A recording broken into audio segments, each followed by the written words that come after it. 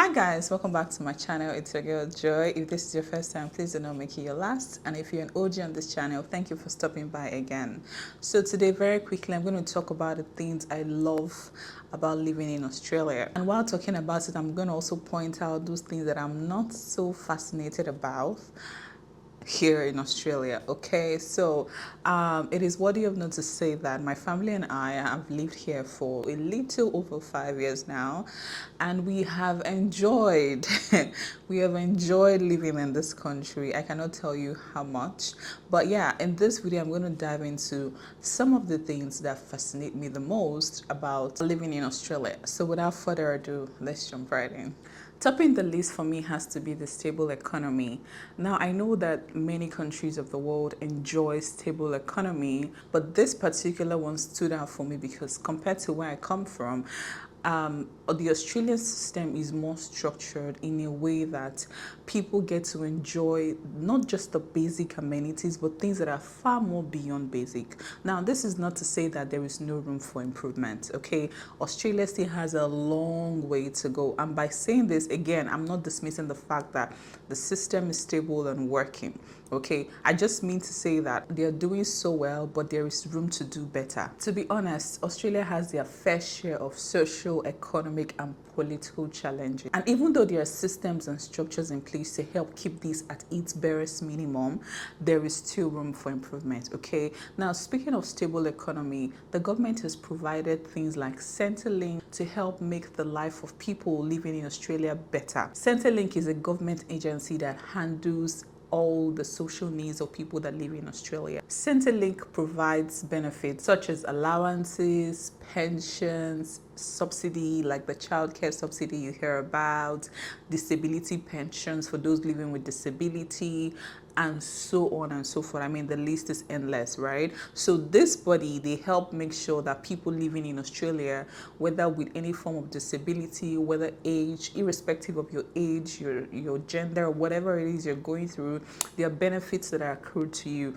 Now, there are terms and conditions to this, obviously. So you have to make sure you meet the requirements in order to be able to access this benefit. Speaking of Medicare, Medicare covers the health needs of people living in Australia. Now, these benefits are mainly for people who are either permanent residents, citizens, or who are on a work visa that gives them the Medicare benefits, all right? The upside of Medicare is that it covers a whole range of things, ranging from childbirth to doctor's appointments to all sorts of appointments you can think about. For me, the downside is that sometimes the waiting period for these appointments can go as long as 1 to 2 years. Imagine wanting to see a dentist or have a major surgery done, and you have to be on a wait list for 1 to 2 years. That is a long time. And this is why a lot of people prefer to have the private health insurance, because that way you get to boycott the long wait and then get what you need to get done ASAP, all right? So for me, I think that's one thing that I'm not really fascinated about. However, the system still provides, it still gives you that opportunity to be able to stay on the queue if you wish, or just go through the health insurance option. Another aspect of the stable economy I want to talk about is the high salary in Australia. Now, I know that Australia is not like the highest paid in the world in the scale of things. I made a video previously and people were telling me that Luxembourg is the highest paid. I do not dispute that, but I know that in the scale of things, Australia is one of the highest paid countries in the world, right? When compared to other countries. Now, I would like to state that this is relative, because if you live in Australia and you earn so high, the standard of living is commensurate to the amount of money you get paid, right? So it's not a situation of you earning in dollars and spending in naira. It is a situation of you earning in dollars and spending in dollars. Even in Australia, different states have different standard of living and different earnings. So states like Western Australia and Perth earn lesser compared to people who live in Victoria or New South Wales, which is Melbourne, Sydney, right? They earn more. Their standard of living is also higher, because the higher you earn, the more you get to spend, okay? And so at the end of the day, they are all relative, but in the scope of things, Australia is one of the highest paid in the world. And the upside of this is that despite the inflation, despite the recession and all that happens globally, the system has a way of regulating it to make sure that the country doesn't go bankrupt, and to make sure that they maintain a particular standard of living for its people. The second thing I'd like to talk about is the natural environment. Australia is such a beautiful country. I know a lot of you have not been here before, and I'm not even saying this for the sake of this video. Australia is one hell of a beautiful country. Those who have been here know that, okay? One of the most fascinating things for me in this country are the beaches. Boy, oh my God. Oh my God. So sources say that Australia has over 13,000 beaches across the country. 13,000. What that means is it will take you years and years for you to visit all these beaches. Guys, it is so beautiful to see. Just in the city I live in, I can count over 10 beaches that are around me. And if you want to enjoy this, try coming to the beaches during summer.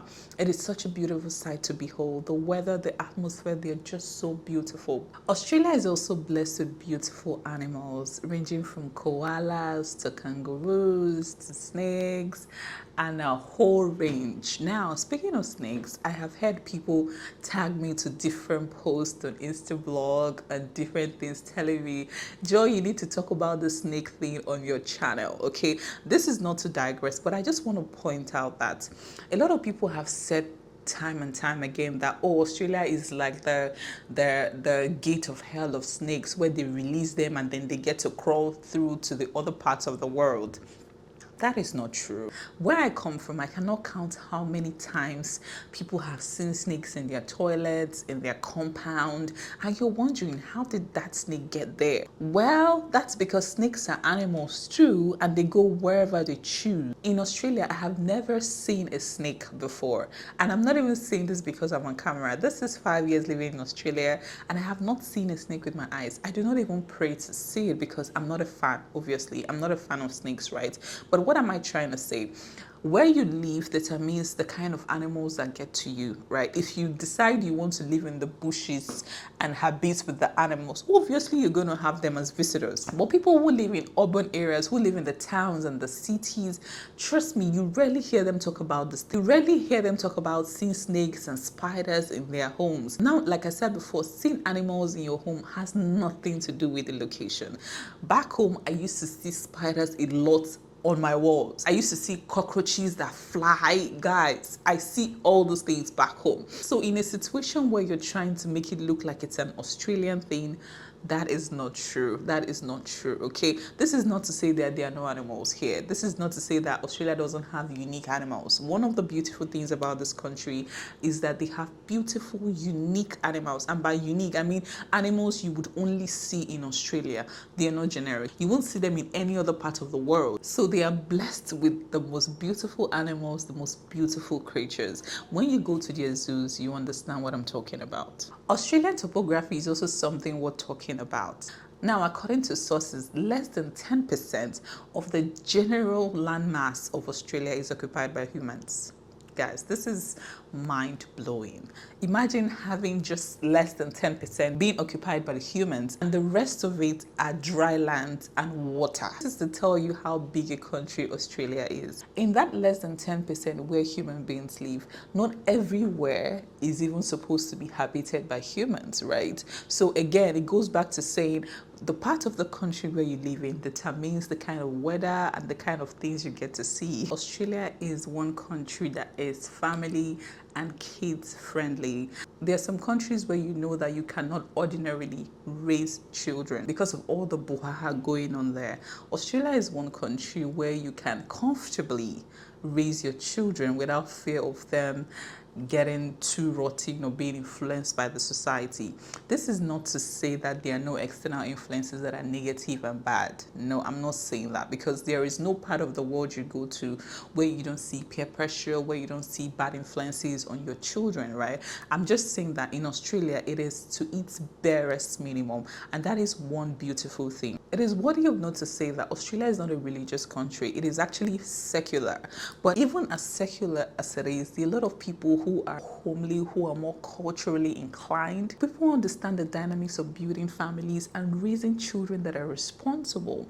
And that is one thing that ticks all the boxes for me. Imagine me raising my children in a country where I do not have to worry about them doing stuff that I don't want them to do because they have friends that are negative influence? Now, I need to point this out. It's okay for you not to agree with me. Everything I'm saying here is my personal opinion, it's my personal experience. It is okay for you to disagree with me, okay? It is fine. You can disagree with me in the comment section. That is completely okay. But this is my opinion and this is what I've observed over the years. Still on this topic, I also like that there are a lot of neighborhoods that have people of like-minded cultures and religions. So say, for example, I'm African and I'm Christian. There are a lot of communities, a lot of suburbs where you go to and you see a lot of Africans and a lot of Christians, right? So if you want to raise your children in an African community or in a Christian community or a community of people where you feel like they are like-minded, there is that option. And that is one beautiful thing I love about Australia. Now, this leads me to my next point, which is multiculturalism. Australia is one of the most culturally diverse countries of the world. And I know people will be like, how is that possible? Australia is so far from every other country. You'll be surprised that every country, every race, every culture in the world has someone living in Australia. I bet you. You'll be surprised. And it's very multiculturally diverse, and that is one beautiful thing because you get to see different countries of the world. Speaking of Indians, Nepal, Pakistan, Bali, Indonesia, Senegalese, you name it, there are different countries of the world. Different people come into Australia to either school, to work, to live, to do business. You get to see different people across the globe who have lived in Australia almost all their lives. And these people build their communities here in Australia. So you get to see Indian churches, you get to see the Church of China, the Bank of China. You get to see different communities, different cultural events, different societies, different communities, and how they celebrate significant events. For example, the Indians, I've been to their Diwali event, which is their festival of light, and their Holi, which is the festival of colors. I'm such a huge fan of Indian movies, so I'm naturally drawn to their events. I'm naturally drawn to their people. And back then in school, I had a lot of classmates who were from India, who were from Pakistan, because I know that they all have similar cultures and, you know, similar characteristics in their cultural beliefs and practices. Also in China, they celebrate the Chinese New Year, which is also called the Lunar New Year. They also have other events such as the Spring Festival and the Dragon Boat Festival. This is commemorated at the 5th day of the 5th month of the year. So imagine me knowing about all these cultures and watching them do their thing, go for their events. Oh my God, it is so mind-blowing. I am so intrigued by how different countries of the world have different cultures and how they are so judicious and religious in, you know, abiding by them. It is so beautiful to see. Now, I think I'm even going too far. Let's talk about Africans living in Australia. There are different African countries, guys. There are different African countries such as Congolese, Liberia, Zimbabweans, Ghanaians. There are different African countries that share similar cultures, okay? One time I was talking to a client of mine who is Liberian about how my mom had to come in to do omogo. If you're Nigerian, you know what omogo means. And she said, oh yeah, they do the same thing, but they don't just call it omogo, but the mom has to come, stay a certain amount of months, take care of the child, do all that good stuff. And I'm like, wow, this is amazing. I cannot count how many of our cultural beliefs and practices that are similar to those of other African countries. Now, speaking of multiculturalism, do you know, and I'm going to put this out there, did you know that Australia is originally made of Black people? These people are called the Aboriginals and the Torres Strait Islanders. And I know I'm digressing, but I just need you to understand the origin of the Australian people. Contrary to popular opinions, Australia is not owned by white people. Because I know that's what people say, oh, Australia is a white country. Yes, but just like the USA that are originally owned by the Red Hindus, Australia is originally owned by Black people. And now I feel like they are not even as talked about as they should be, considering the fact that they are the original owners of this land.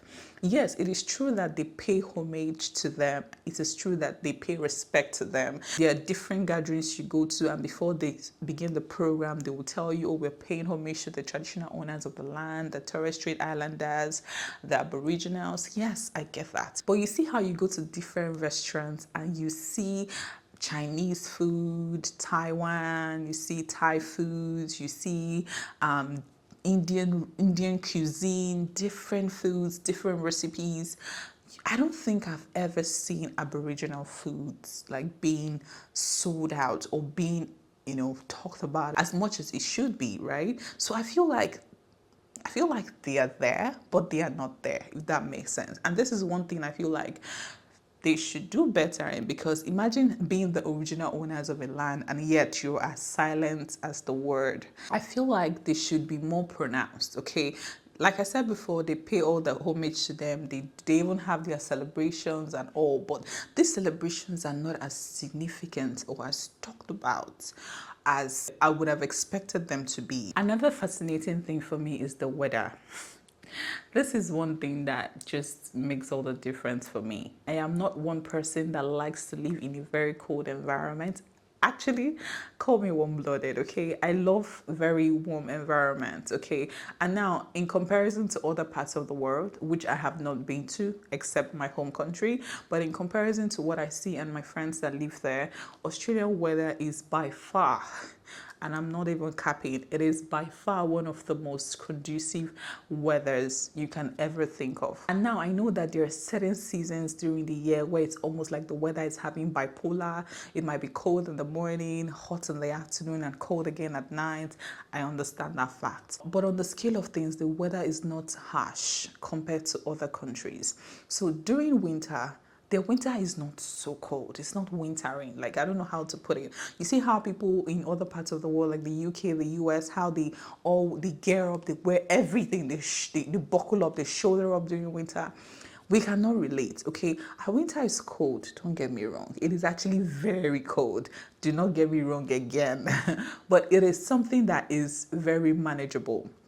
Okay, so a simple trousers and jacket will do the magic, okay, compared to other countries where you have to wear like 3 or 4 trousers, then you wear your jacket and wear all the pull-ups and I mean, the weather is not that harsh. And also during their summer, it can get really hot, to be honest. It can get very hot depending on what city you live in and what state you live in. But again, it is also something that I feel like it is really humid. When it's summer, you go to the beaches, right? You go to the beach and you enjoy yourself. There are a lot of activities that you can do that just helps the weather, that just makes you, enjoy that season of the year. At the time of this video, we're currently in autumn and it is currently 24 degrees, which is okay. It's not too hot, it's not too cool.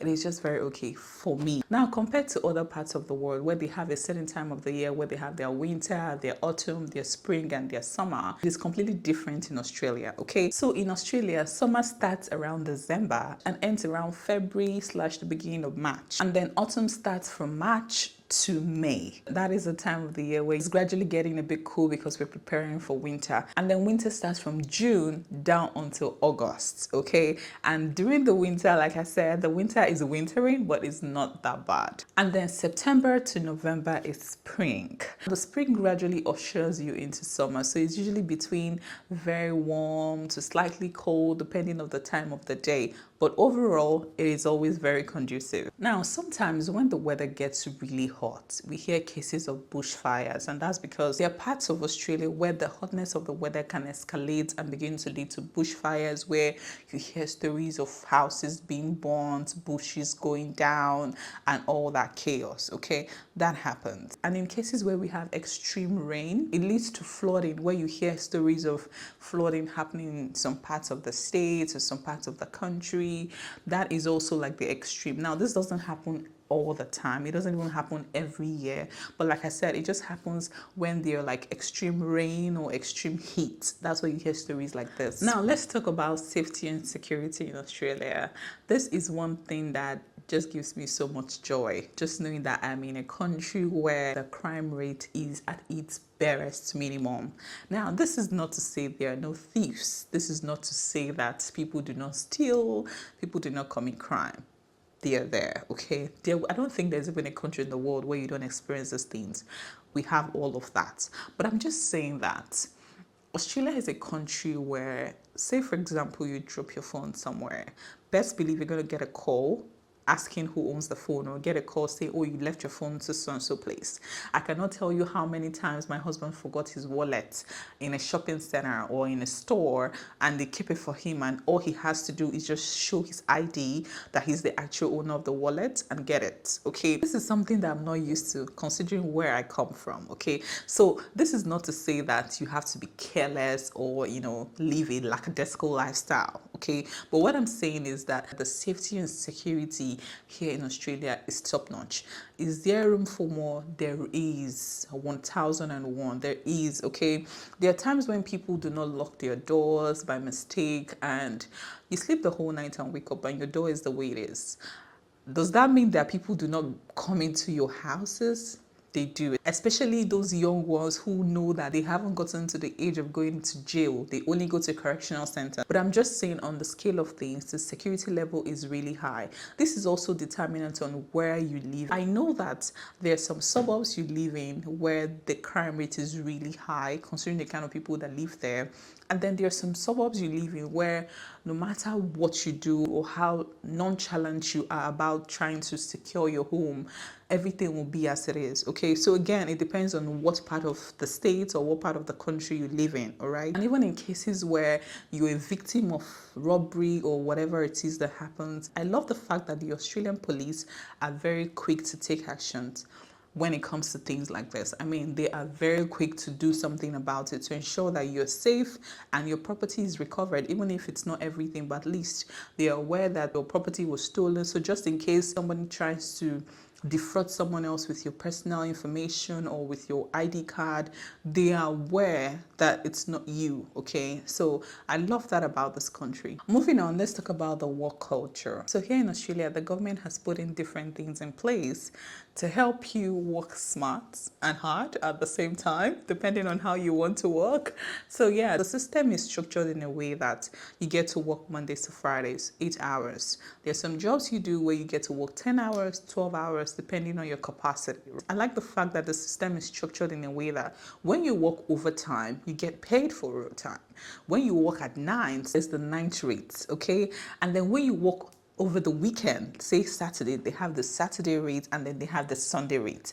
Now, guess the best part. When you work on public holidays, they have the public holiday rate as well. This work culture, in my opinion, is very rewarding because imagine having to go out of your way to do something for your company and getting paid for doing that. Like, it's not the usual. This is minus the fact that Australia has a very good high-paying system. Like I said before, they're one of the highest paid in the world. But that being said, their work culture is in such a way that you get rewarded for working at any time of the day. If you have to leave your family to attend to work emergency or to be at your shift at night or on a public holiday, you get paid for such inconvenience, which is one beautiful thing I love about this country. Now let's talk about the maternity and paternity benefits of, you know, the work culture here in Australia. So say you're a permanent resident and a citizen and you worked in your company for quite a while and you're expecting a baby, you're entitled to 6 months to 1 year of paid maternity leave. And they may not pay you everything, but at least you're expecting nothing less than 50% of your total income per fortnight. The Centrelink would also come into play because they would also pay you through your company to ensure that mother and child is well taken care of during this period. Even for paternity leave, there are companies that give their staff as much as 3 months paternity leave just to be there for their spouses. How beautiful is that? That is amazing, guys. That is amazing. And I know this is not peculiar to Australia. Again, other countries may do this, they may even do better, but I'm just saying this is one thing that just strikes me because I know that from where I come from, it's not exactly the case. Okay, so it's one thing that really excites me about living in Australia. The last thing I want to talk about is the Australian people. I think I've said this couple of times in my video and I am going to reiterate it again and again. Contrary to popular opinion, Australians are very nice people, and I'm not even saying this because I'm on camera. I'm saying this because I've experienced their kindness firsthand. Tell me about a people that would want to go out of their way just to make you feel welcomed. a people that would love you for who you are, a people that want to assist you, want to support you, just because they want you to feel welcome. Now, this is not exactly the case from where I come from, because I know that sometimes people are just angry for no reason, and they tend to transfer aggressions just because they can, and just because they think you're the cause of their problems. Here in Australia, the case is different. So one time, my husband and I went out. Okay, we're trying to take pictures, so we're just taking turns, right? And he will take a picture of me, and we'll go back and I'll take a picture of him. And I cannot tell you how many people, and I'm not kidding, I cannot tell you how many people offered to take pictures of us together. And this is after one person offers and we go back to taking pictures, someone else will come and offer, and gosh, it just shows how homely, how welcoming, how lovable the people they are. This is one thing that just excites me about a country where racism is minimal. Like I said, it's not like there is no racism, it's just very minimal. A country where people are very verbal about how they feel. So you're walking on the road and someone sees your tongues and like, oh my God, I love your tongues, I love the color. And they're gushing over it because they love it. And they're very expressive about how they love it. They see your baby, they're, oh my God, they're all over the place about your baby, how cute your baby is. That is such a beautiful thing to see. Like, I don't know. But anyway, tell me in the comment section what you think. Tell me in the comment section if you've experienced any of these things. If you live in Australia or in diaspora, let me know if any of these points resonate with you. Have you experienced any of this? Is this contrary to what you believe or what you know about the country you live in? Please leave a comment, okay? Thank you so much for watching my videos. Thank you, thank you, thank you. Do not forget to like, do not forget to subscribe, do not forget to comment, do not forget to share this video with your loved ones. And until next time, bye.